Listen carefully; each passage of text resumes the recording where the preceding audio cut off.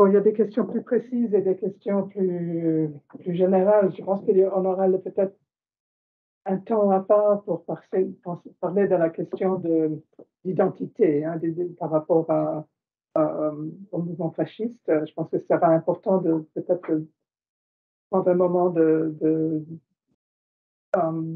expliciter les guillemets. Comme lors de nos discussions préalables, on avait dit qu'il y avait plein de guillemets autour de termes d'identité. Et c'est une question complexe mais importante. Et donc peut-être on aura l'occasion dans nos réunions futures de rendre un peu plus explicite ces guillemets autour de termes d'identité. Et je pense qu'il faut interpeller quelqu'un qui a un historien Oui. qui peut nous éclairer cette notion. Parce que c'est vrai que nous, les architectes, bah, Je disais à quelqu'un tout à l'heure que en préalable à mon travail, j'avais repris un mémoire de master à la Villette qui avait été encadré principalement par Emmanuel Gallo et Antonio Puccileri, c'est Julie Garcia, qui avait travaillé sur le Mercati Generale de Rome. Et elle avait restitué toute l'utilisation de béton armé par rapport à la mainmise un peu sur l'enseignement de l'architecture à l'Université de Rome et la réorganisation des professions d'architectes et ingénieurs. Moi, je vois ça de loin, hein, mais je l'ai appris en lisant son travail. Mais l'obligation, en fait, faite aux architectes, avec le syndicat national d'architectes fascistes dont on a parlé, de participer à une architecture d'identité nationale. Cette obligation. Donc ça me semble quelque chose à interroger quand même pour nous positionner par rapport à ça. Voilà. Et c'est donc parler aussi des questions de béton armé dans les deux cadres qui ont des contextes différents, mais on a des œuvres, des travaux, des gares spectaculaires qui mobilisent des espaces, qui créent des espaces avec une émotion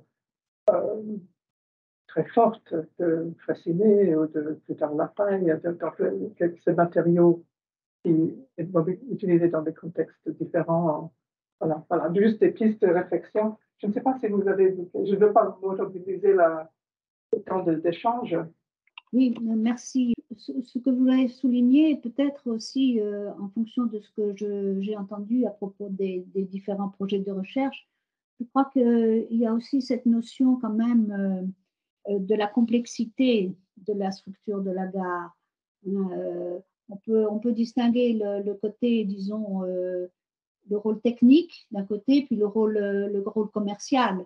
Le rôle technique, c'est d'assurer en fait la circulation des trains, de les recevoir, de les faire partir, de les former, etc., et à la minute même. Et le rôle commercial est en fait beaucoup plus complexe finalement, parce qu'il s'agit de gérer dans des bâtiments, et notamment le hall de la gare, il faut gérer les flux, il faut gérer les principaux services de vente. Alors, il me semble que quand même, de part et d'autre des Alpes, il y a eu ce souci de fonctionnalité aussi. Il n'y a pas simplement une question de... Enfin, c'est un aspect peut-être qu'il faut, en effet, ce sont des éléments de comparaison. Par exemple, la place des différents services, service de vente de billets, service d'enregistrement des bagages, bureau de renseignement, il y a même des bibliothèques aussi, enfin les bureaux téléphoniques, les bureaux télégraphiques, enfin il y a tout un aspect, là, tous ces aspects sont combien importants, sans oublier évidemment les buffets, dont certains étaient gastronomiques. Et ça, je crois que c'est un aspect important de montrer comment on met un bâtiment au service de ces flux de voyageurs.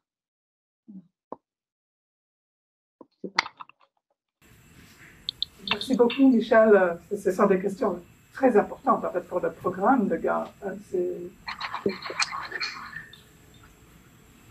Oui. Si je peux faire juste une remarque, c'est cette période de l'entre-deux-guerres,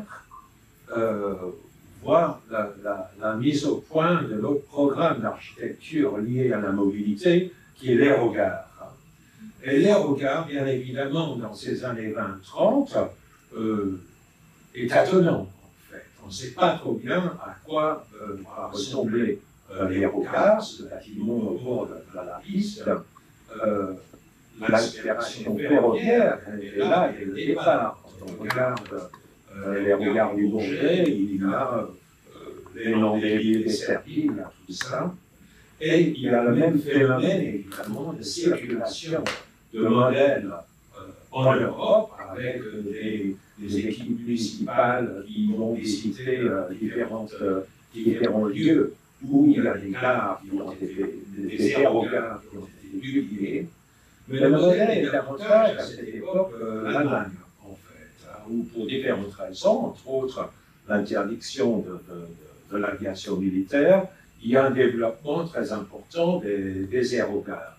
Et je me demande jusqu'à quel point on peut, alors bien évidemment il y a moins d'aérogares que de gares ferroviaires, mais à quel point ça ne peut pas être intéressant aussi d'intégrer un tout petit peu ce nouveau programme dans cette recherche. Je connais mal le cas de l'Italie, mais je suis certain également que l'aérogare, peut-être plus que la gare ferroviaire, je pense au Bourget, un deuxième modèle, se veut le symbole du prestige national du pays d'arrivée. Voilà, juste en passant cette idée. C'est intéressant aussi de voir que Charles Letron, qui a son ouvrage de mur étroit, vient de mur étroit de chez nous, de 23, je pense. Ouais. De reconstruction, quelqu'un qui a beaucoup construit aux côtés de Umdenstock et Cassan dans le cadre de la reconstruction du village détruit de Première Guerre. Il y a des gares, il y a des bureaux de poste, il y a des caisses d'épargne, il y a pour le langage régional de programme national et un gare aérogare. Ah oui. Dans le mur étroit de chez nous. Donc c'est assez paradoxe de régionalisme moderne. C'est le dernier cri de la modernité dans l'entre-deux-guerres. L'aérogare, comme encore de nos jours, tout architecte qui se respecte veut rendre heureux dans notre poste, ils veulent faire des aéroports. Il n'y a pas mieux de nos jours.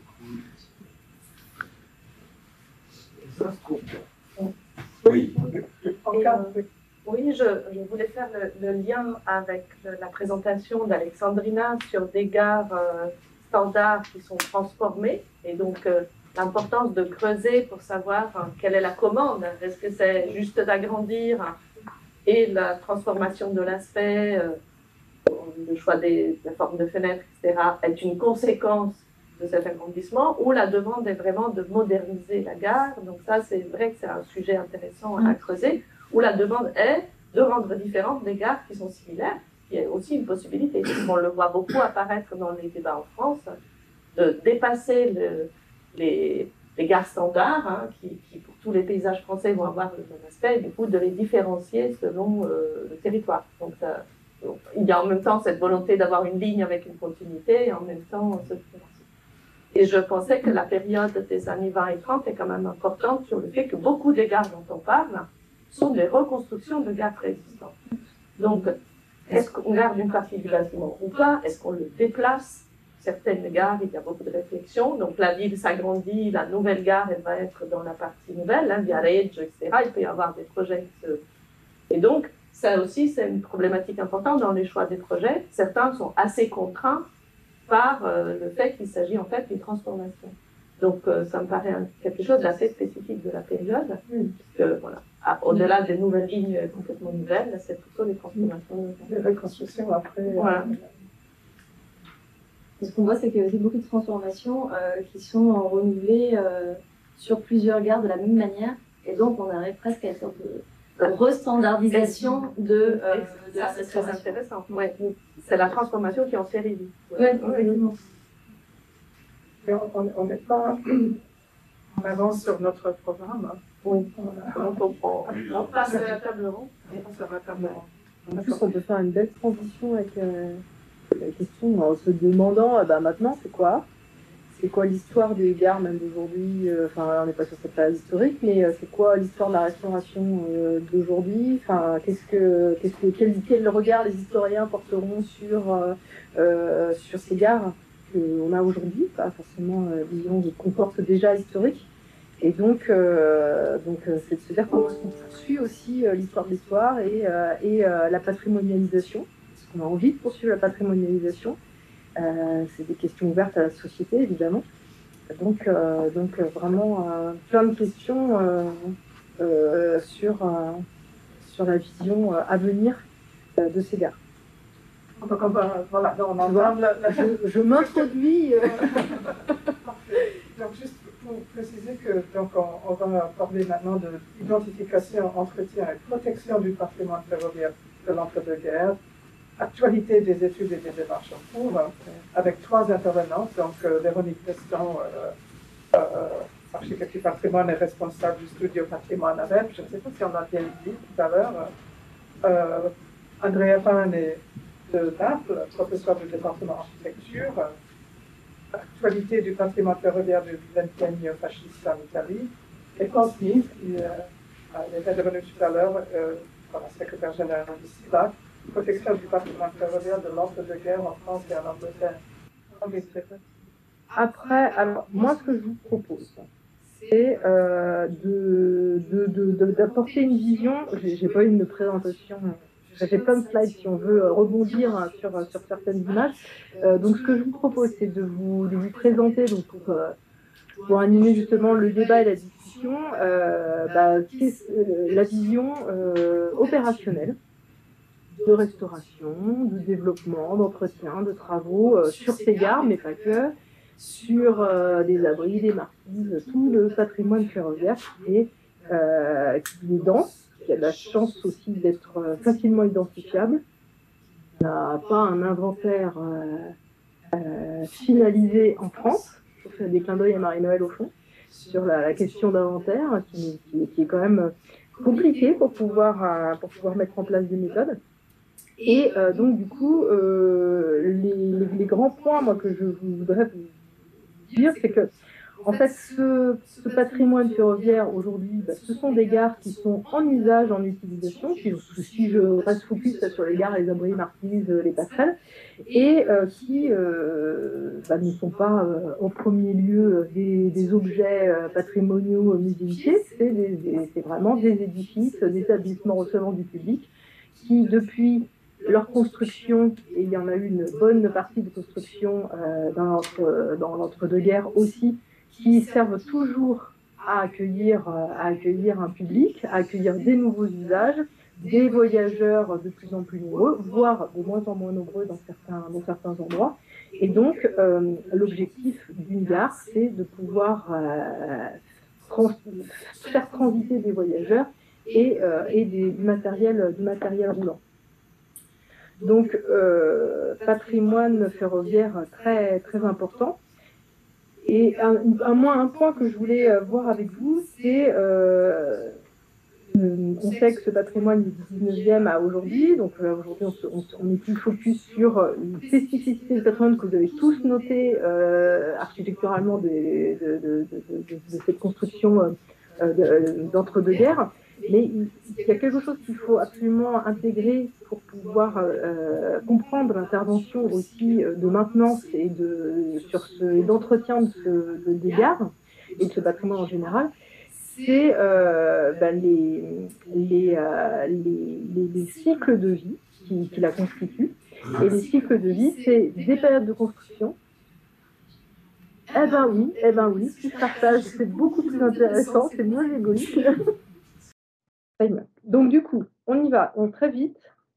Moi, ce qui est intéressant, c'est tout ce qui va être cycle de vie des matériaux, cycle de vie des périodes de construction. Vous voyez, il y a une période de construction des gares, des périodes de reconstruction après qui sont justement cette période d'entre-deux-guerres et comme Alexandrina l'a aussi montré, et avec des périodes morceaux ciblés de rénovation lourde dans l'histoire de ce patrimoine. Et aujourd'hui, on arrive à une sorte de petit bouchon quand même, où il y a un fort vieillissement de ce patrimoine, mais en même temps, tout en même temps. C'est-à-dire que le patrimoine du 19e, avec des matériaux très durables, commence à être vieux, avec des matériaux industriels, voire pré-industriels pour certains. On rajoute à ça le patrimoine de l'entre-deux-guerres, des matériaux qui sont un petit peu moins durables, qui commencent eux aussi à être vieux en même temps. Et on rajoute à ça les périodes de rénovation qu'il y a eu, qui ont permis de construire avec du bac acier, polycarbonate, des matériaux qui étaient quand même reconnus comme modernes et intéressants quand on les a posés dans les années 70-80 jusqu'à nos jours, qui eux aussi arrivent en fin de vie. Donc ça fait quand même un bouchon de fin de vie qui, heureusement, grâce à l'entretien très très fréquent des gares par la SNCF, le groupe SNCF, donc que ce soit Réseau ou Gare et Connexion, c'est quand même une chance. Est-ce qu'on parle de restauration patronale? Je ne sais pas, mais évidemment il y en a, mais c'est aussi cet entretien du quotidien qui fait qu'on arrive quand même à garder un patrimoine en usage. Donc ça, c'est quelque chose que je voulais un petit peu démontrer avec vous sur garder cette ligne temporelle en tête, parce que c'est ce qui nous fait réfléchir à demain, c'est quoi? Est-ce qu'il y a des priorisations? Est-ce qu'on considère ce patrimoine, tout ce patrimoine de la même façon? Alors voilà, hop. Donc, je vais vous présenter peut-être deux slides qui courir un peu sur la gare de l'Est. Sèvres rive gauche, moi j'aime beaucoup. En fait, on a fait pas mal de restaurations. Je dis on, c'est toutes les équipes. Alors, et Gare et Connexion, maîtrise d'ouvrage, et AREP, et avec plein d'autres partenaires aussi, mais avec tous les métiers qui peuvent concourir à la mise en œuvre des travaux. Moi, j'aime bien cette slide parce qu'on voit la gare de Sèvres rive gauche, qui fait partie d'une série qui a presque disparu aujourd'hui, du 19e, qui est peinte par le peintre Sisley, pleine campagne. On la voit recapotée dans les années 20 par Urbain Cassan. Très difficile pour qui ne connaît pas de savoir qu'en dessous, il y a une gare du 19e, qui explique aujourd'hui, avant sa restauration, toutes les pathologies qu'on a pu voir sur cette gare, la microcolonisation biologique, des coulures, des fissures, des remontées par capillarité. On pourrait croire que avec ce genre de désordre, avec ce genre de look de gare, qu'on est sur une gare béton des années 20, mais non, on est bien sur un bâtiment du 19e qui a été transformé dans les années 20. Et donc des dégradations comme on peut les connaître avec le temps qui passe et puis des différentes opérations qui sont assez classiques. Et ensuite, une restauration qui a eu lieu en 2015 et qui a permis, comme c'est toujours le cas quand on intervient sur ces gares, aussi de réfléchir l'architecture, de réfléchir l'usage, les flux, le mobilier. Alors, il faut savoir que les gares des années 14-45, elles ont quand même beaucoup elles gardent de l'ornementation, mais elles perdent, comme toutes les gares, beaucoup de leur mobilier.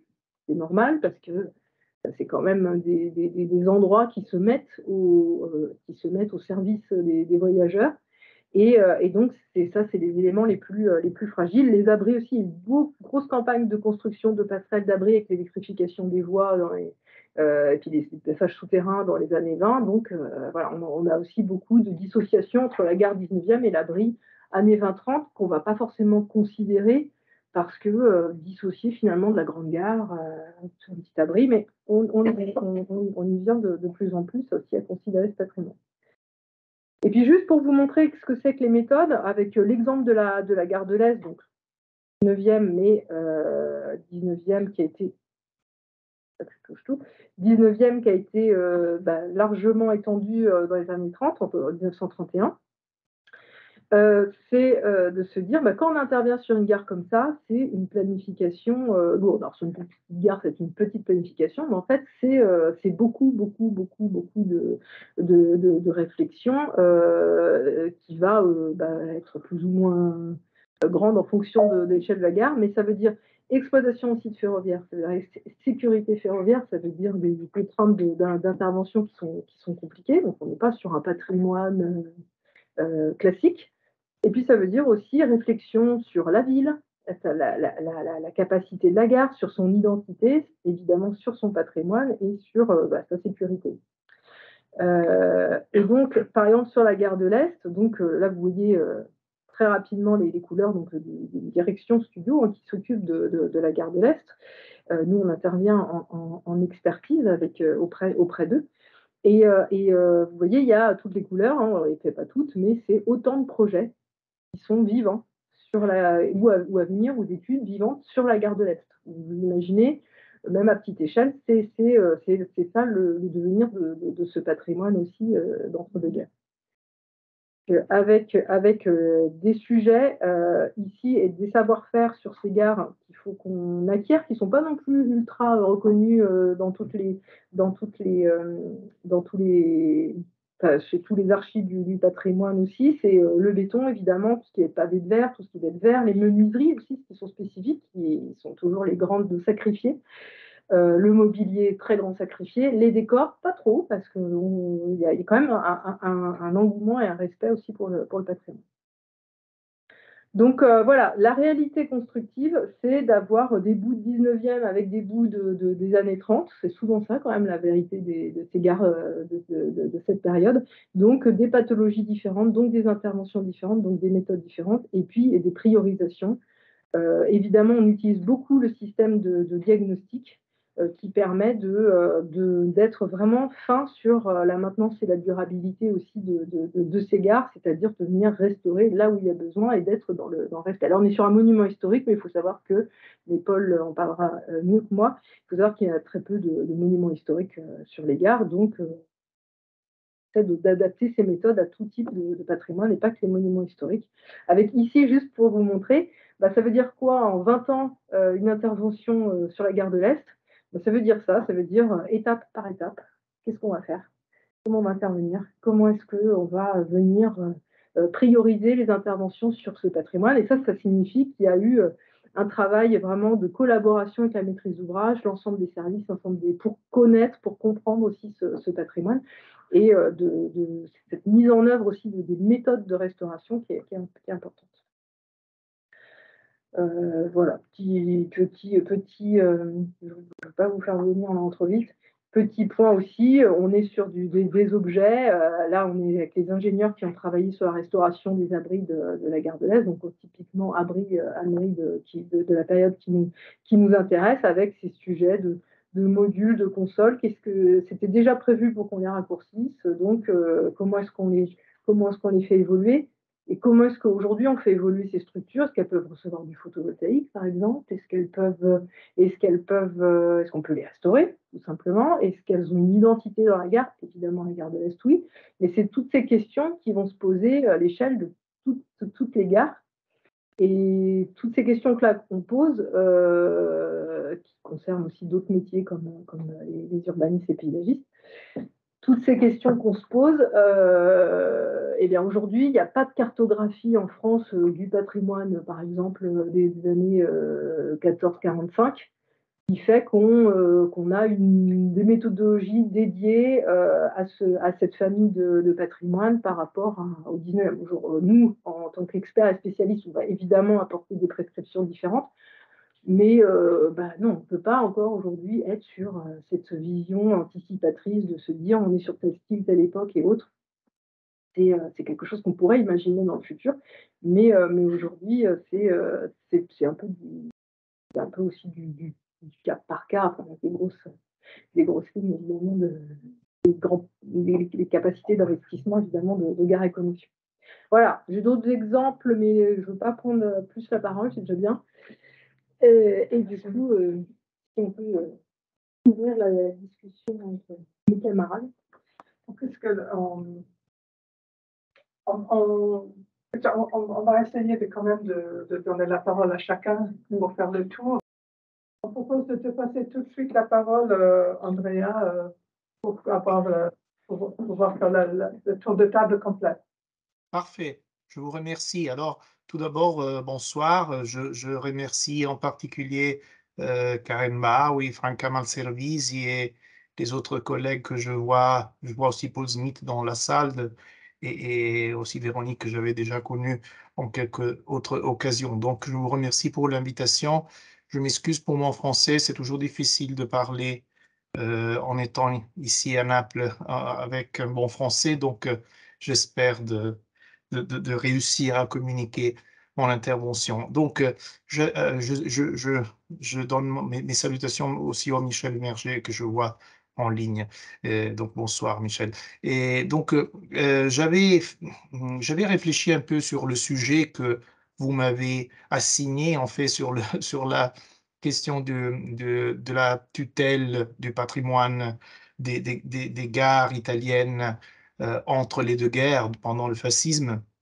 Et donc, je vais vous proposer avec des slides assez synthétiques, c'est pas une vraie présentation, c'est une série d'idées à développer pour le colloque, des questions qui me paraissent assez importantes sur le point de la protection et des transformations même que ces gares sont en train de passer dans les années récentes en Italie. Donc, je vais partager mon écran. J'espère que tout va marcher. Je vois mon écran, donc ça va. Oui, alors, donc j'avais tout d'abord commencé à faire une réflexion très brève sur le rôle du fascisme dans la modernisation des chemins de fer. C'est quelque chose de laquelle a déjà parlé très bien Michel Merger, donc je serai vraiment très rapide. Je veux tout simplement vous rappeler que le train s'est utilisé pendant la Marcia su Roma.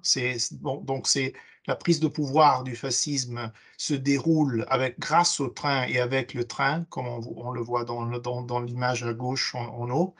Naturellement, comme Michel a déjà rappelé, le fascisme fera une grande restructuration des Ferrovie dello Stato en changeant l'attraction vers l'attraction électrique pour des raisons qui ont déjà été expliquées.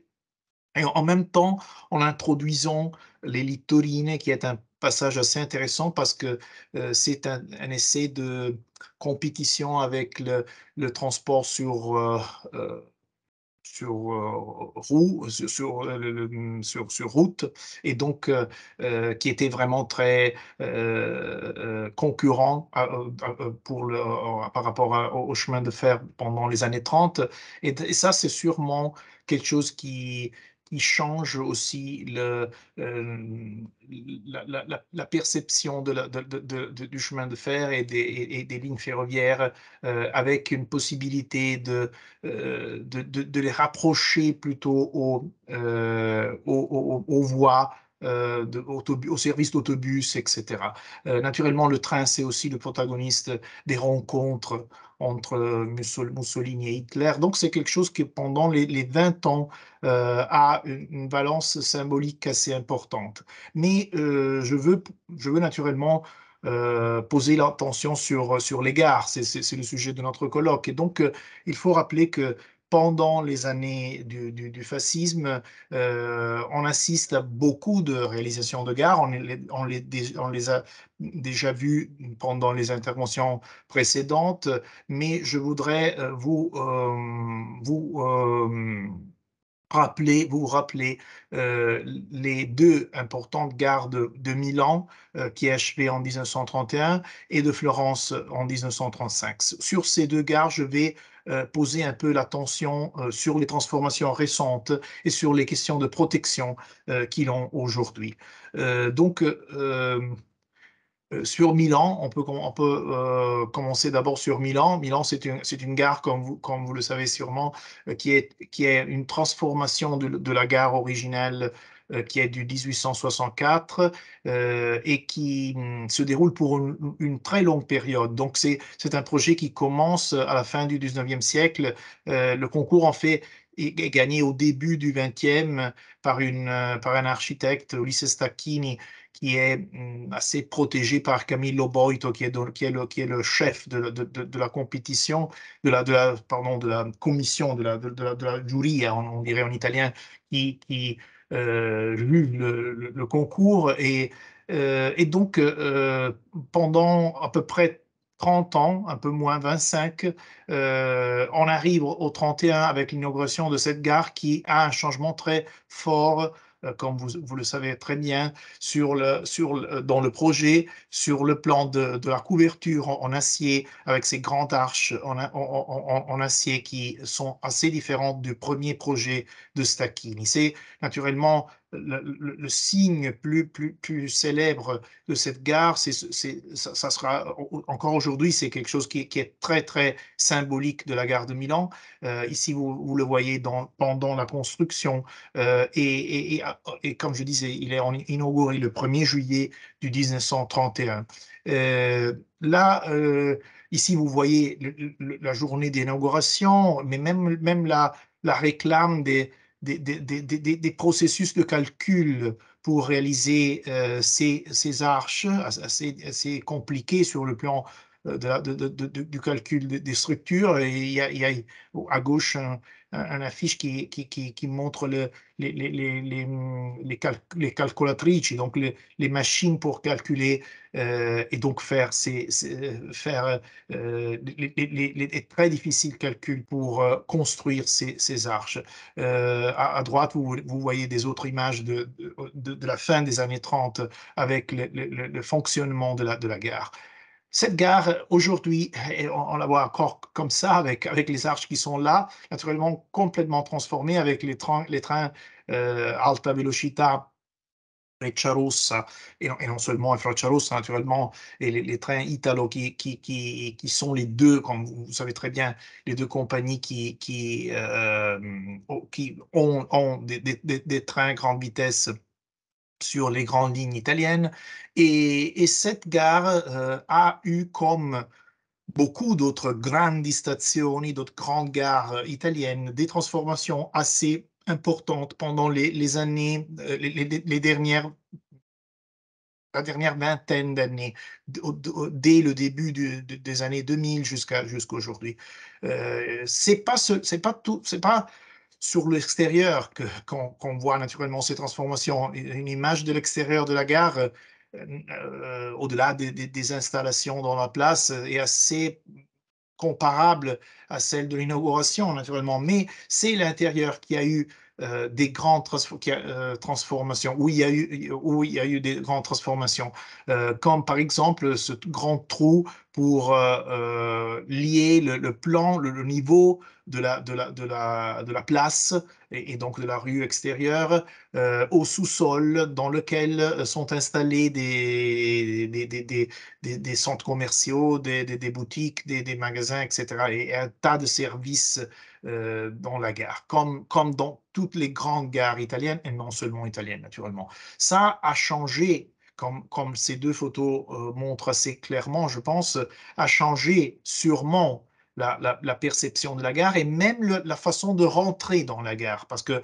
on arrivait dans la gare naturellement par la grande place, on rentrait avec des escaliers. Maintenant, tous les parcours à l'intérieur de la gare sont avec des tapis roulants et donc c'est assez différent la façon dans laquelle on rentre et on voit cette grande hall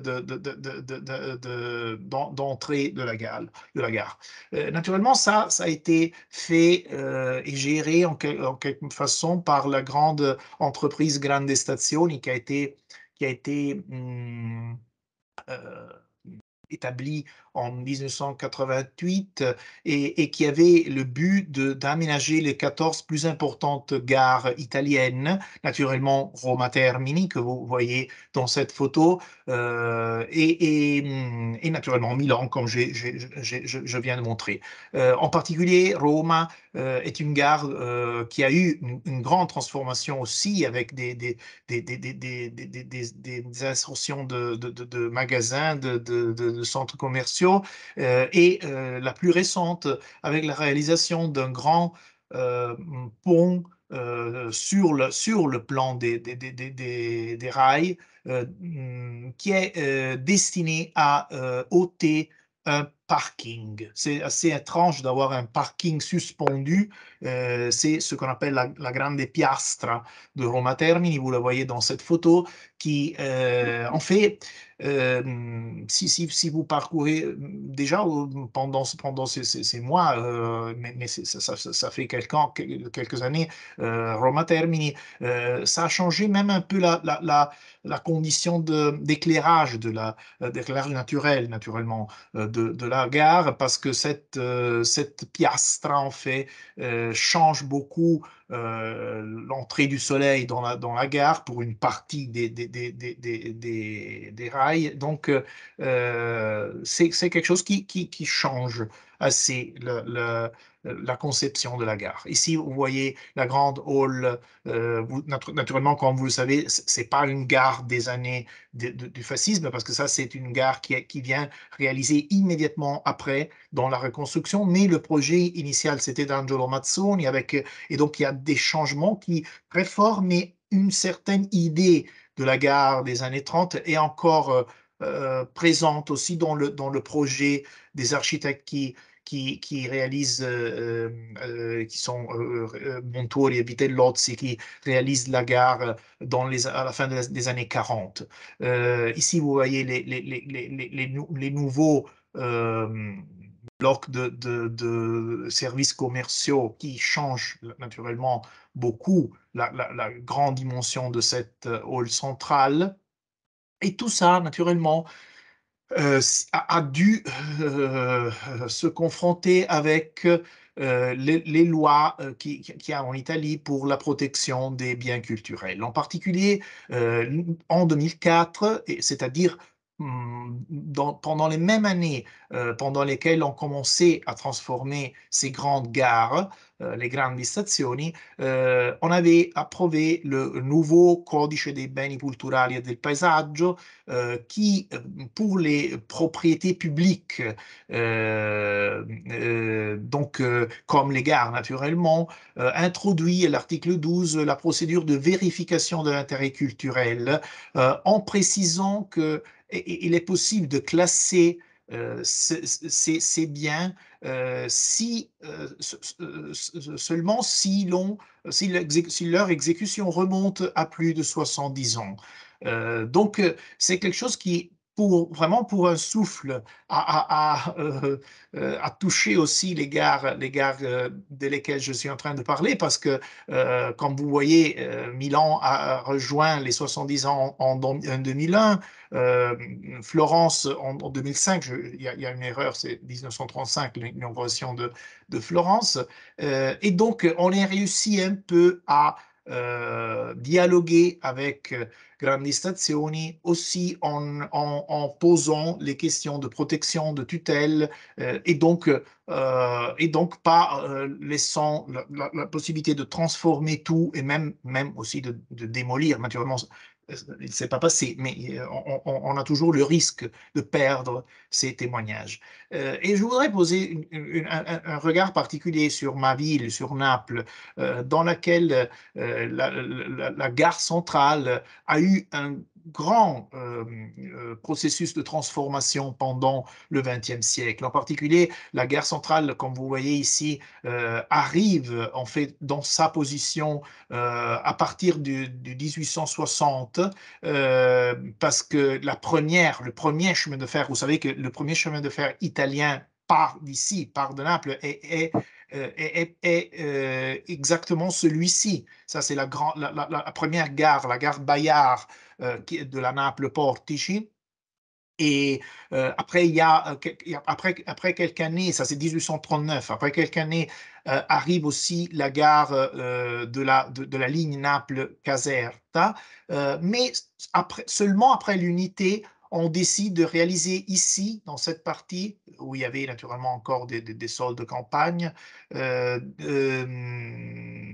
agricoles, de réaliser une nouvelle gare centrale, que vous voyez ici dans cette carte de 1872. Une gare que naturellement va changer beaucoup aussi l'urbanisme de Naples, parce que l'installation de la gare va convaincre de réaliser un percement, un grand percement, le rettifilo, nommé Corso Umberto, qui devait enfin lier la nouvelle gare au centre-ville. Donc, cette gare a changé beaucoup toute la partie est de la ville. Et l'architecture de cette gare était une gare, il s'agissait d'une gare assez classique, réalisée par un élève d'Enrico Alvino dans les années 60-65, 1860-1965, avec un dessin néo-renaissantiste, néo-rinascimentale, et une gare qui a changé beaucoup pendant les années, comme vous voyez dans ces photos que j'ai montées ensemble. On a en haut à gauche la gare qui occupait la Piazza Garibaldi, qui aujourd'hui est complètement libre de la gare, mais occupée par la nouvelle gare du métro 1 dessinée par Dominique Perrault, comme vous voyez en bas à droite. Et on a un processus pendant lequel cette gare change parce que tout d'abord, elle est une gare avec 6 rails qui arrivent en tête de la gare. On comprend assez tôt que c'est trop peu pour une ville comme Naples. Et donc, on décidera de porter arrière les rails ici et libérer donc l'immeuble originel de la gare pour y faire passer un chemin de fer souterrain qui sera le premier métro de Naples. Tout ça restera en cette configuration jusqu'aux années 50 quand on décidera de faire un concours pour une nouvelle gare qui va se placer ici dans cette partie et on la voit ici dans ces photos, une belle gare qui est conçue par un projet avec des grands noms de l'architecture italienne comme Luigi Piccinato, Bruno Zevi, Carlo Cocchia, Giulio De Luca, mais même Pierluigi Nervi pour la partie structurale. Et donc, on décidera de démolir la gare originelle. Aujourd'hui, tout ça est enrichi par l'aménagement de la Piazza Garibaldi avec la nouvelle gare de métro qui a cette grande couverture conçue par Dominique Perrault qui en quelque façon cherche de citer le projet original, cherche de se poser en relation avec la gare des années 50. Ici, on voit la gare dans le 19e, mais c'est pas une photo du 19e. Naturellement, c'est des années probablement 30. Ici, on voit ce qui s'était passé dans la gare, c'est-à-dire la réalisation d'une voie ferrée au-dessous du sol pour le métro et donc dans une première phase complètement ouverte, après couverte et ça c'est réalisé pendant les années du fascisme, donc c'est une grande réalisation des années 25-27, donc dans le moment de le début du fascisme et je pourrais dire même le grand succès du fascisme à Naples. Et tout ça, c'est en relation avec la Direttissima. On a nommé avant, avec l'intervention de Michel Merger, les Direttissime, c'est-à-dire ces lignes rapides réalisées pendant le fascisme, comme la Direttissima Napoli-Roma, qui arrive à Naples en 1927, le 28 octobre 1927. Ça, c'est des photos des galeries et même d'une gare de laquelle je vais vous parler, la gare de Mergellina, qui est une nouvelle gare de cette ligne. Et cette ligne, en fait, qui arrive en parcourant la côte du Tirreno et donc fait un parcours complètement différent par la vieille ligne qui allait par Cassino, est une ligne qui donne la possibilité à Naples d'avoir pour la première fois un métro, parce que en fait, elle traverse en souterrain toute la ville et rejoint la vieille stazione centrale dans cette place Piazza Garibaldi. Et donc, il y a cet étrange mix entre un chemin de fer qui est naturellement sur le niveau du sol et qui est celui-ci de Napoli Centrale et un chemin de fer qui est dans le sous-sol, qui est le rouge, et qui apparaît en sortant de Naples vers l'ouest, continue dans la direttissima, donc dans la voie ferrée haute vitesse pour Rome.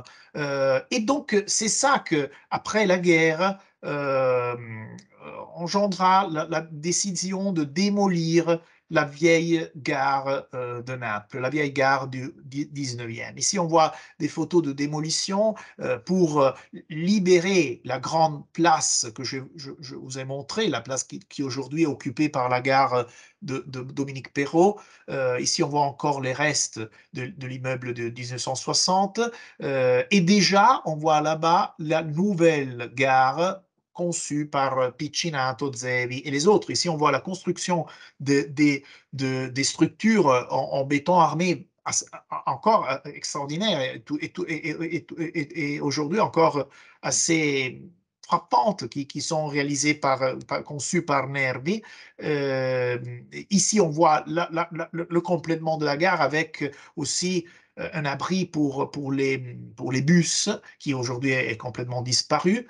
Et on comprend que ce triangle avec cette pointe qui arrive dans la place, ça sera mis en relation avec la nouvelle gare de Perrault. Donc, cette gare, étant donné qu'elle fait partie des 14 grandes gares italiennes, a eu une grande transformation quand même. Ce n'est pas une gare du 19e, naturellement, du fascisme, naturellement, mais c'est intéressant pour regarder comment on risque d'altérer la conception de cette gare qui avait cette espèce de tripode en béton armé que vous voyez ici dans certaines parties est complètement caché par ces nouveaux solai. Je m'excuse, mais j'oublie certains mots français. Donc, c'est le nouveau niveau de parcours parce que naturellement, le but, c'est celui de réaliser une grande surface pour les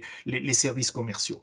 Et ici, vous voyez des autres photos qui montrent un peu la même chose. Ici, on reconnaît plus pratiquement la structure originelle de la gare.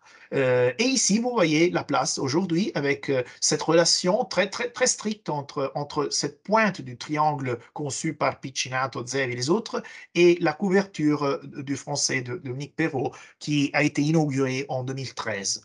Je veux retourner encore à Naples sur une petite gare qui est assez intéressante parce que c'est une gare en fait du fascisme. Et c'est une gare assez éclectique, donc c'est assez étrange de voir une gare qui est inaugurée en 1925-27 et qui est encore conçue dans une architecture vraiment très, très traditionnelle. Elle a été dessinée par un architecte romain qui était aussi professeur à la Scuola di Architettura di Roma, Giovan Battista Milani. C'était un ami de Gustavo Giovannoni, un collègue de Gustavo Giovannoni qui réalise cette gare.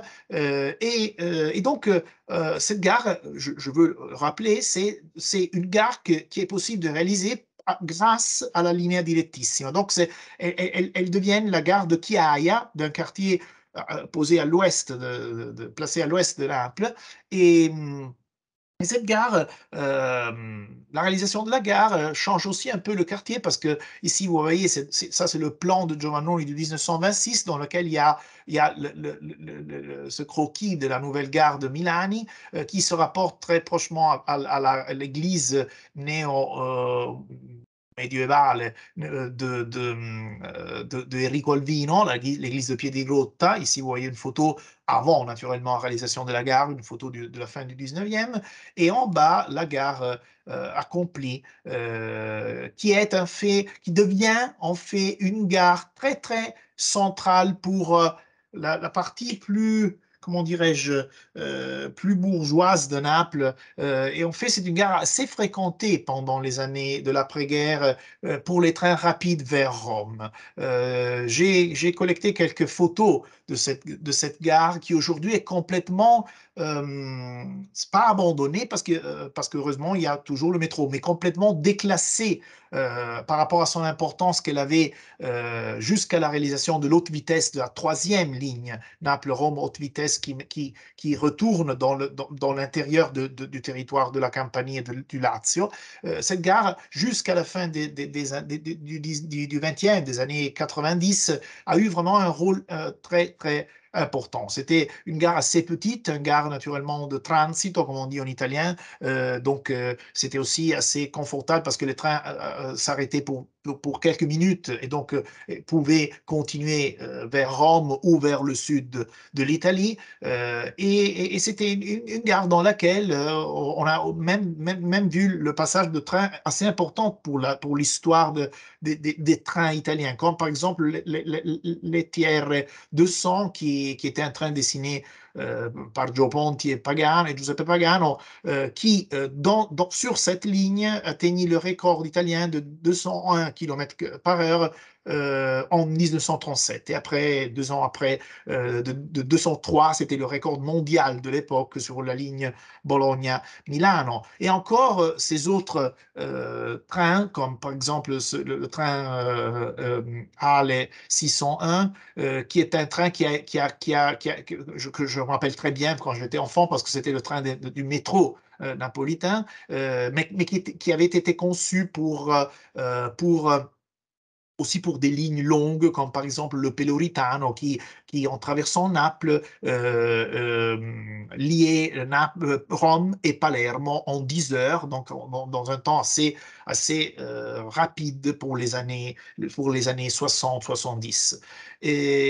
Et encore, cette gare a vu un des premiers trains grande vitesse italiens, c'était le Pendolino, le TR 450, qui était un train qui pouvait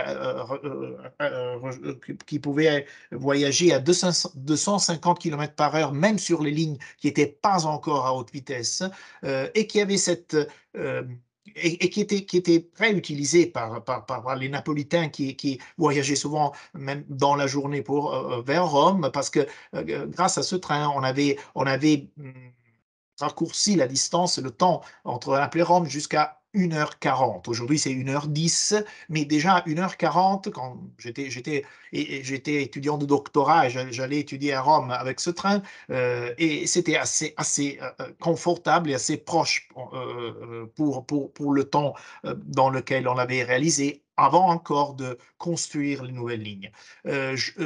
Cette gare, hélas, aujourd'hui, c'est pratiquement vide. C'est une gare vraiment très, très classique, conçue dans les années 20. C'est un peu frappant de voir ce type d'architecture dans les années de la modernité, mais c'est une gare qui est pratiquement vide et utilisée tout simplement pour les lignes métropolitaines. Et donc, on a essayé d'installer même des services de restaurant, quelque chose quelques autres activités pour ne faire pas mourir la gare. Je vais conclure avec un très très petit focus sur focus sur la gare de Santa Maria Novella à Florence. Naturellement, une gare qui a été très très citée pendant les interventions précédentes, mais je voudrais vous poser la question actuelle du projet de restauration de cette gare. Cette gare, naturellement, c'est un chef-d'œuvre de Michelucci et des autres composants du Gruppo Toscano. C'est une gare qui, étant donné qu'elle est quand même inclue dans les 14 grandes gares italiennes, elle a eu naturellement un changement un aménagement de magasins, etc., mais pas très fort, heureusement, comme Naples, Milan ou Rome. Et donc, la Grand Hall est encore assez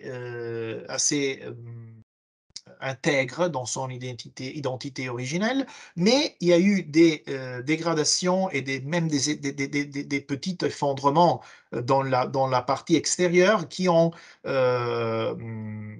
porté à la décision de faire partir un grand programme de restauration qui est en cours. Et donc, je voudrais, même dans ma proposition de colloque qui va se dérouler dans les prochains mois, chercher d'étudier mieux ce qui est en train de passer sur cette gare qui, heureusement, est reconnu il y a longtemps comme naturellement un patrimoine, une architecture classée, et donc ça sera intéressant de comprendre même les choix, les décisions qui seront prises pour la restauration. On a à ce moment-là, on a une partie de la gare qui est pas utilisable usable parce que c'est sous les travaux de restauration, mais il y a un grand programme qui va s'étendre à toute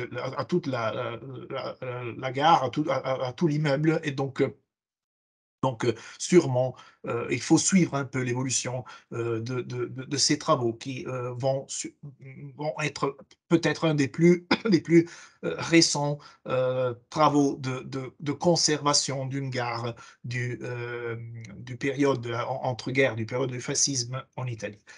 C'était ma dernière slide. Je vous remercie. Je m'excuse si j'ai volé un peu plus de temps, et naturellement, je vais participer aussi au débat s'il y aura après. Merci beaucoup, Andrea. On va passer la parole tout de suite à Paul Smith. Donc, dans cette table ronde consacrée entre autres aux questions de patrimonialisation, je pensais qu'il serait peut-être intéressant de regarder les gares de l'entre-deux-guerres qui sont protégées au titre des monuments historiques. Je pense que c'est une petite sélection, alors pour insister, très petite, hein, il y a à peu près 16 gares de l'entre-deux-guerres qui jouissent aujourd'hui d'une mesure de protection d'après la loi de 1913, inscrite ou classée, et avec 16, évidemment, un échantillon tellement restreint qu'on peut difficilement parler de l'histoire de l'architecture, et on peut difficilement parler également de l'histoire de la patrimonialisation. Et je reconnais bien évidemment que la reconnaissance par la loi des mesures de protection MH, c'est loin d'être la seule manière de sauvegarder le patrimoine. On peut penser bien évidemment aux labels qui ont été cités, le label architecture contemporaine remarquable, le label patrimoine d'intérêt régional, et tout simplement, je pense qu'on peut penser au dossier de l'inventaire général, qui, dans une première démarche de recensement et d'étude, crée déjà une forme de protection pour le patrimoine. Donc, je suis allé donc, comme souvent, sur la base Mérimée, où, lorsqu'on tape le mot gare, on trouve 132 monuments historiques, on est loin des chiffres de Véronique, 45. L'inventaire général, il y aurait 2571, mais attention, ça va sortir les gares ferroviaires et les gares routières, ça va sortir les édifices qui sont construits sur l'avenue de la gare. Donc si on regarde de plus près les gares monuments historiques, il y en a 63 qui sont bel et bien ce qu'on appelle, dans le langage de la SNCF, des bâtiments voyageurs, dont 23 sont désaffectés, d'où la différence avec les chiffres de Véronique qui s'intéresse surtout aux gares en activité. 3 sont des lieux de mémoire. Hein. Mais toujours sous la rubrique gare, il y a d'autres éléments du patrimoine ferroviaire, les rotondes, les messageries, etc. Donc il y a 63 de ces gares qui datent de l'entre-deux-guerres, que je vais passer rapidement en revue pour vous, en les mettant dans l'ordre chronologique des mesures de protection. Hein. Ce qui nous fait remonter tout d'abord en 1975, c'est la grande campagne de Michel Guy, 300 monuments du 19e et du 20e siècle, 300 monuments dans lesquels figuraient une dizaine de gares, dont 3 de l'entre-deux-guerres. Hein. C'est la campagne de protection qui résulte bien évidemment de la démolition des Halles de Baltard à Paris. Donc, la gare des Bénédictins, donc Roger Gontier, on est en 1929 pour l'inauguration, une gare qui affiche très clairement son appartenance à la ville de Limoges. Les deux statues au premier plan de part et d'autre évoquent les industries de Limoges, la porcelaine d'une part et l'émail, et à l'intérieur encore un décor art déco par Francis Chigot, qui est un vitrailliste de l'époque à Limoges. Ce qu'on dit à l'époque, évidemment, c'est une gare belle époque, construite à peu près une dizaine d'années trop tard. Hein. On a du mal à caractériser son architecture. Je cite ici Wikipédia: éclectique, régionaliste, art nouveau tardif, art déco et néoclassicisme. On a du mal. Hein. Ou, je cite encore Bertrand Lemoine qui dit un mélange de néo-Louis XVI et de réminiscence byzantine. Hein. Bref, l'architecture est assez incertaine. Ce qui est frappant aujourd'hui, c'était d'après une récente sondage d'opinion par la SNCF, c'est la plus belle gare de France, d'après la SNCF. Hein. Mais on est toujours manifestement dans une gare de la belle époque dont la construction et l'inauguration étaient retardées par la guerre. Même chose pour la gare de Rouen, rive droite, par l'architecte Adolphe Dervaux, dont le nom a été cité, je pense, architecte également de la gare de Biarritzville. Gare quand même assez innovatrice, comme l'était d'ailleurs Limoges, par sa construction en béton armé. Hein, mais là, le style, on le qualifie en général d'art nouveau tardif. Prochain exemple, c'est toujours parmi les protections de 1975, cette gare de Néris-les-Bains, une station thermale en Auvergne, où cette gare, alors là on est bel et bien dans le XXe siècle, c'est une gare construite entre 1929 et 1931 par un dénommé Louis Brachet pour la compagnie Paris-Orléans, mais une gare qui a cessé d'être utilisée dès les années 1960 et qui, au moment de la protection, en 1975, était déjà désaffectée et transformée en centre socioculturel. On parle ici d'art déco et de régionalisme. J'imagine que ça doit être le régionalisme Auvergne, puisqu'on est à Auvergne, mais le régionalisme n'est pas toujours très certain. Ensuite, toujours en principe, dans les protections de 1975, c'était cité dans la liste de Michel Guy, mais en réalité, l'arrêté n'a été signé en 1984, la gare de La Rochelle, due à l'architecte Pierre Esquier, architecte toulousain, Grand Prix de Rome, déjà l'auteur, avant celle-ci, de la gare de Rochefort de 1910, et encore un cas de figure où sur un projet qui date à l'origine de 1908, la gare va être inaugurée en 1922. Encore une gare qui affiche un peu ses liens avec les activités de pêche, j'imagine, de la gare de La Rochelle, avec des éléments de la flore marine, des faunes marines également. Voilà, je crois qu'à droite, on reconnaît un homard, hein, je pense. Et puis à gauche, sur des sculptures qui me semblent ne sont pas achevées. On n'a pas fini de tailler la pierre. Il y a quoi? Il y a une crabe, enfin, ouais. Donc voilà, une série de gares qui sont en quelque sorte des gares belle époque, mais retardées par la guerre. Hein. On passe maintenant à des gares, donc ici, une gare qui était souvent citée aujourd'hui, la gare de Lens, donc inscrite quant à elle en 1984. Là, pour rappeler simplement les circonstances, au début de l'époque de Jacques Lang au ministre, il y a toute une effervescence autour de ce qu'on appelle les nouveaux patrimoines, et le directeur du patrimoine à l'époque, Jean-Pierre Weiss, lance une grande campagne de protection ferroviaire, qui est l'une des dernières campagnes centralisées. À partir de 1986, l'initiative en matière de protection MH est décentralisée vers les régions. Mais ces protections-là, en décembre 1984, sont signées bel et bien à Paris. Donc la gare de Lens, prouesse technique également, enfin le béton armé, la gare construite sur un radier de béton armé parce qu'il y a le risque d'affaissement en raison des mines de charbon de la région. Une gare donc d'Urbain Casson, dont le nom a été cité, et qui est l'auteur, ou qui sera l'auteur au cours de sa carrière d'au moins 14 gares, et donc la carrière se termine avec la tour Montparnasse. Hein.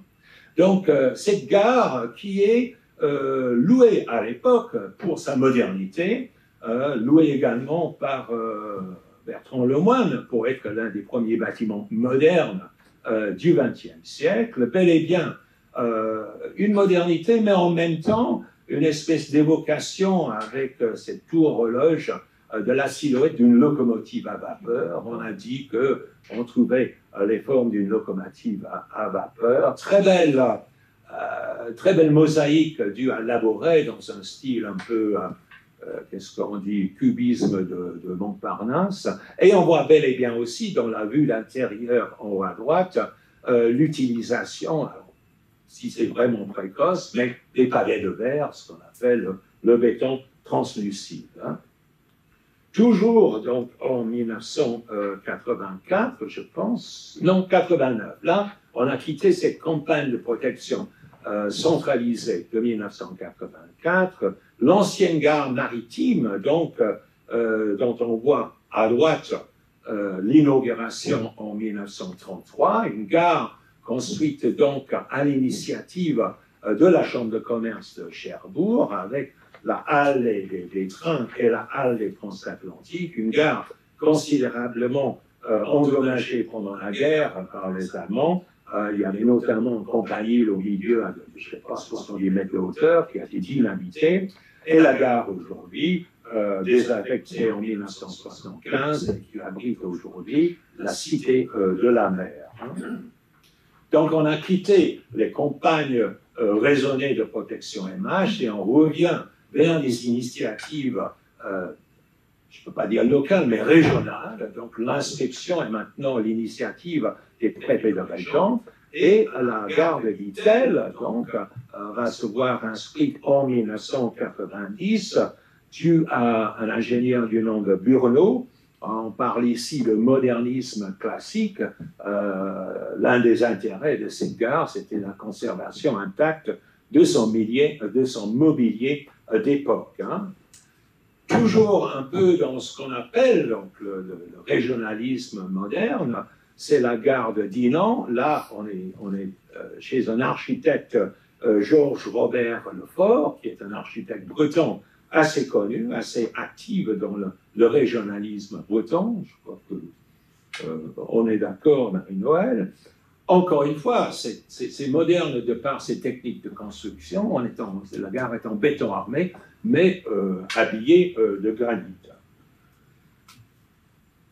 Toujours un peu dans le mouvement moderne, on l'a cité également, on a montré les photos dans les revues de l'époque, la gare des Chantiers à Versailles, avec une façade qu'on a comparée un peu au Grand Trianon, hein, elle est bien à Versailles, mais où d'autres éléments, notamment le passage couvert et le poste d'observation, ont des silhouettes plus modernes qui plaisent davantage aux critiques et aux revues d'architecture de l'époque. Il ne faut pas perdre de vue que la protection MH dépend beaucoup de ce que disaient les revues de l'époque. Si on trouve un article dans la construction moderne, par exemple, ça aide beaucoup pour une protection MH. Hein.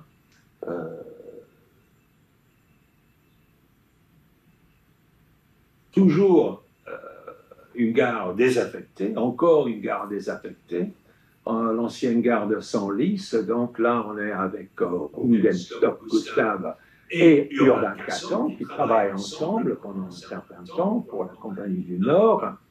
Là, on parle très franchement d'une gare régionaliste, sauf que avec les ponts de bois, faux ponts de bois, et puis ces alternances de briques rouges et de pierres blanches, on pourrait bien être en Peyco, en Normandie, et c'est l'un des caractéristiques du régionalisme, c'est que le régionalisme ne prête pas toujours attention à la région où elle se trouve. Hein.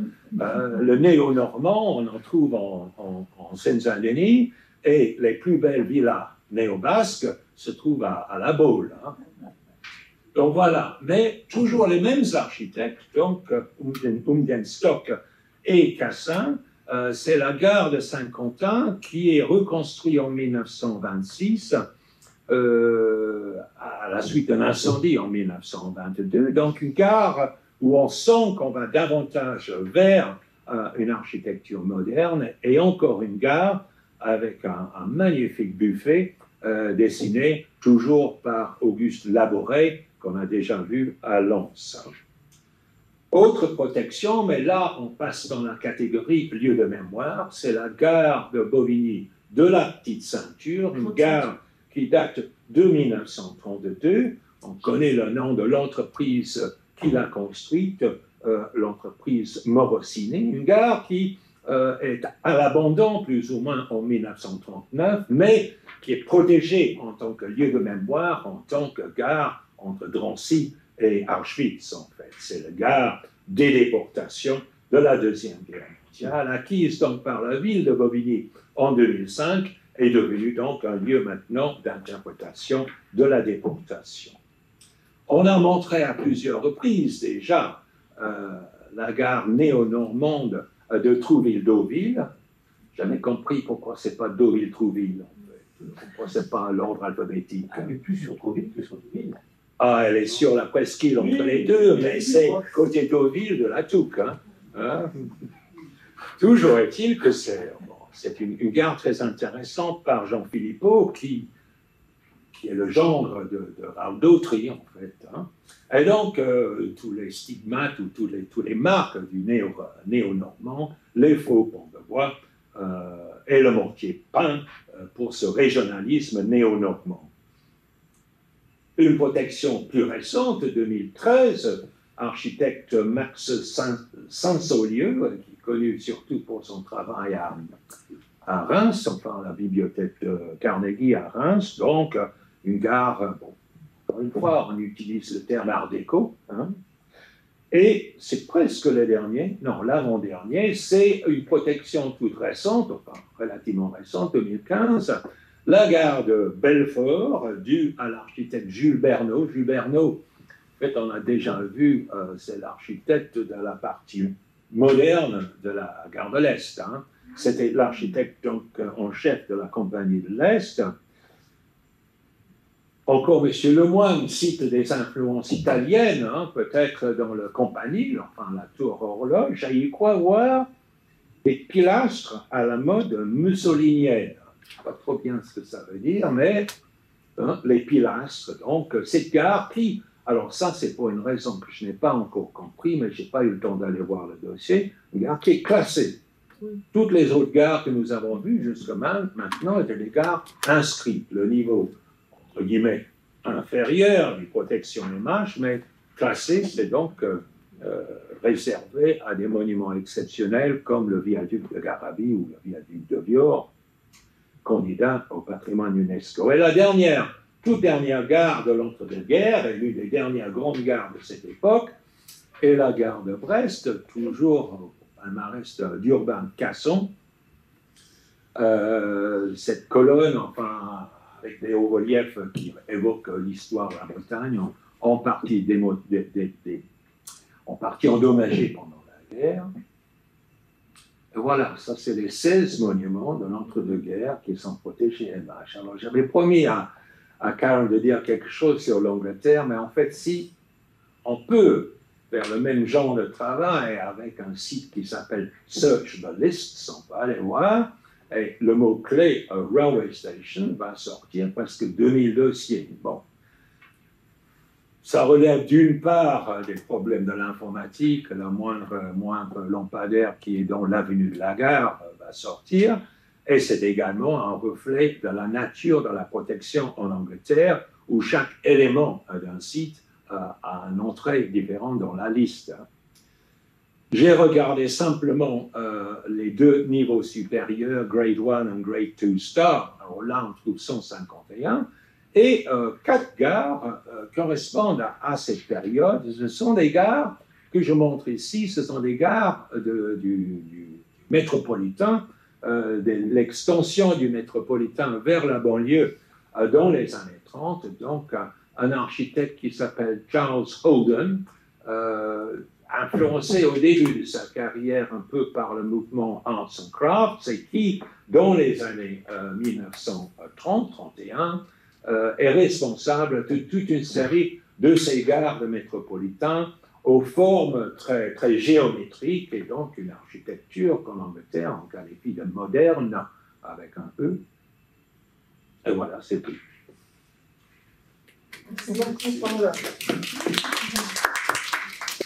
On est 18h passées déjà, donc on n'a pas beaucoup de temps pour nos échanges. Peut-être on peut prendre juste 10 minutes pour approfondir.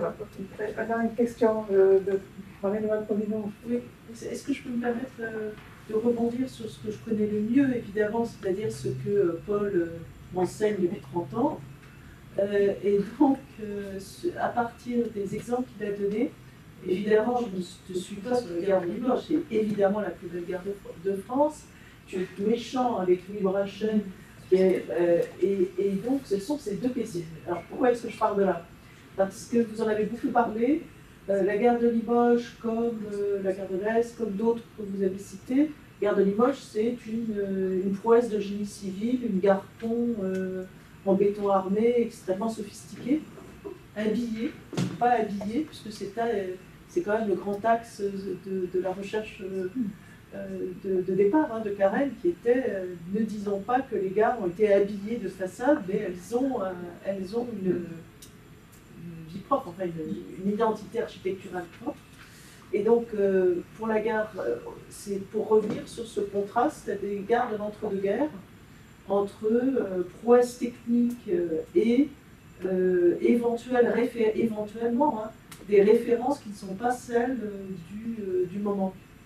Et donc je voulais savoir si, d'un point de vue comparatif, ça pouvait aussi nourrir une réflexion. C'est la première chose. Quand je dis que tu étais méchant avec Louis Brachet, qui a construit la gare de la Cité. Roger Conti? Non, mais Louis Brachet de Néris-les-Bains. Okay, qui a construit aussi la gare de la Cité U, mais qui était aussi l'auteur du mobilier de la gare de Limoges. Et ce qui peut être aussi une question, c'est l'extrême versatilité de ces architectes, de ces architectes de compagnie, qui un jour sont Louis Mélanger, comme tu disais, un jour sont art déco, un jour sont régionalistes, on ne sait pas, comme tu dis, de quelle région, mais il faut rassurer les offices du tourisme, et qui sont... et là, je peux m'interroger, enfin je m'interroge sur ces personnalités, sur leur trajectoire, sur ces changements quand même radicaux. Est-ce que ce sont des personnes toujours frustrées dont on ne saura jamais s'ils étaient modernistes ou régionalistes ou autre chose? Et est-ce que ça aussi, ça peut être un angle d'attaque pour l'ensemble, pour une comparaison?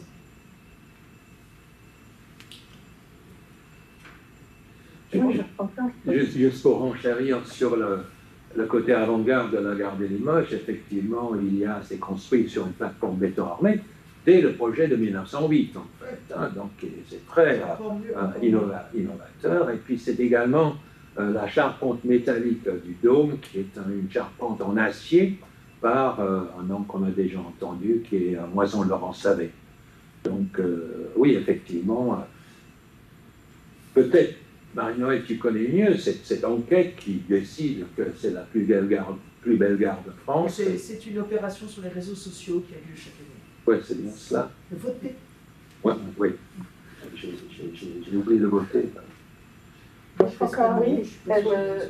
trouve que c'est vraiment un sujet très important. On a parlé de la apparente incohérence, et j'aime pas utiliser ce mot parce que des fois c'est intégré dans le projet entre l'extérieur et l'intérieur. On le voit aussi dans des gares comme Vitel, voilà, d'autres gares de ce type-là. Mais la question, est-ce que c'est une prouesse au niveau de la structure et quel est l'aspect montré par la gare? Est-ce qu'elle a l'air très moderne ou plutôt passéiste? C'est-à-dire on voit bien qu'il y a les deux situations, c'est-à-dire la gare de Limoges et certaines des gares italiennes qu'on a montrées sont en fait relativement simples au niveau structurel. Ce ne sont pas des prouesses au niveau structurel. Donc parce que, bon, il n'y a pas d'énormes portées en béton, mais il y a une réflexion sur les sols. Par contre, c'est des maçonneries plutôt traditionnelles, mais habillées d'une certaine manière et qui font que le discours il va être autre dans le langage architectural. Donc je pense que cette contraste-là n'est pas un contraste. En fait, nous, on le voit comme tel parce qu'on veut classifier les gares, les mettre dans une boîte. Je pense qu'il faut sortir de cette idée de les mettre dans une boîte, en fait. La démarche qui regarde par le prisme des monuments protégés fausse notre vision. Enfin, j'ai essayé de m'en expliquer au début. Les gares qu'on protège, c'est des mouvements d'opinion, c'est des militants autour de tel architecte ou tel architecte. Et dans l'ensemble, ce qu'on protège pour le XXe siècle, c'est des édifices avec des architectes célèbres. Eh bien, le livre de Nathalie Armich avait bien expliqué ça, c'est-à-dire une gare, pour les bâtiments, c'est plus facile dès qu'on a une étude critique, dès que l'architecte est connu. Voilà, et c'est pas l'esprit de l'histoire de l'architecture qui va refaire un récit avec des gares qui sont plus importantes par rapport à leur filiation. Voilà, l'approche patrimoniale n'est pas la même, donc ressortent d'autres critères de sélection. J'ai une remarque en ligne également. Oui, je vous laisse la parole. Oui, j'active mon micro, pardon. Oui, à propos de ces architectes qui tantôt font style régionaliste ou style plus moderne en France.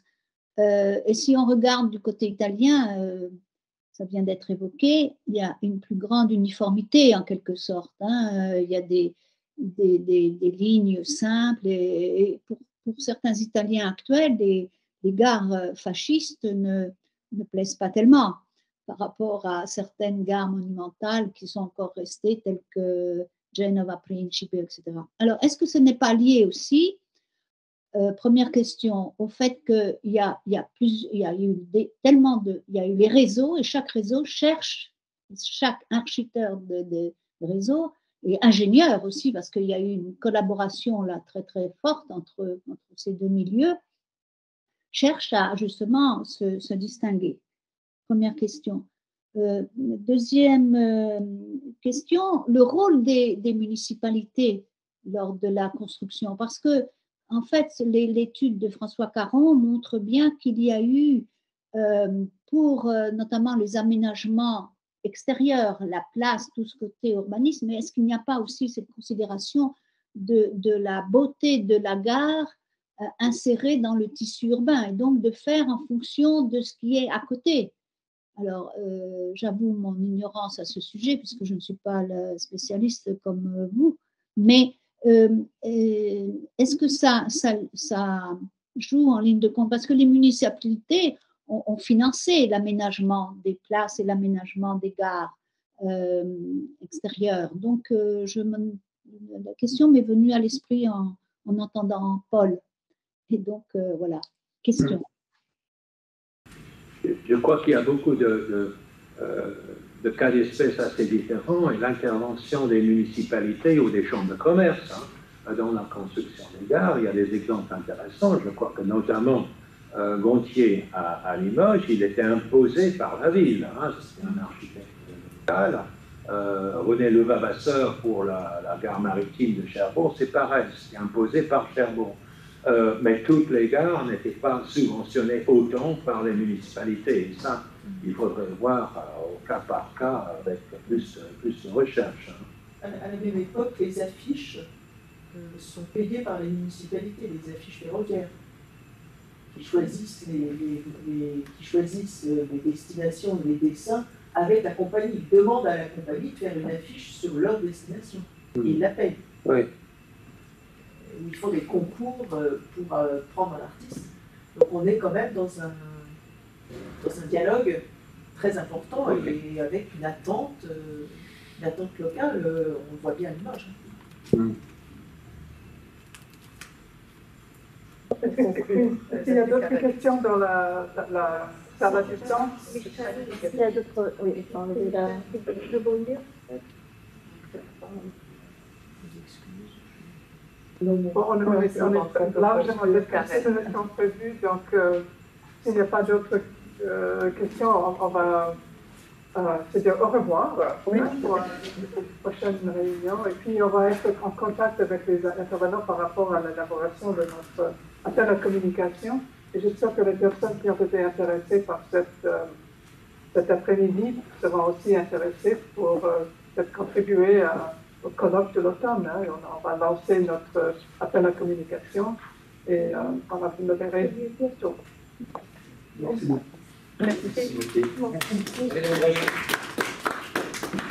Merci. Merci à tous.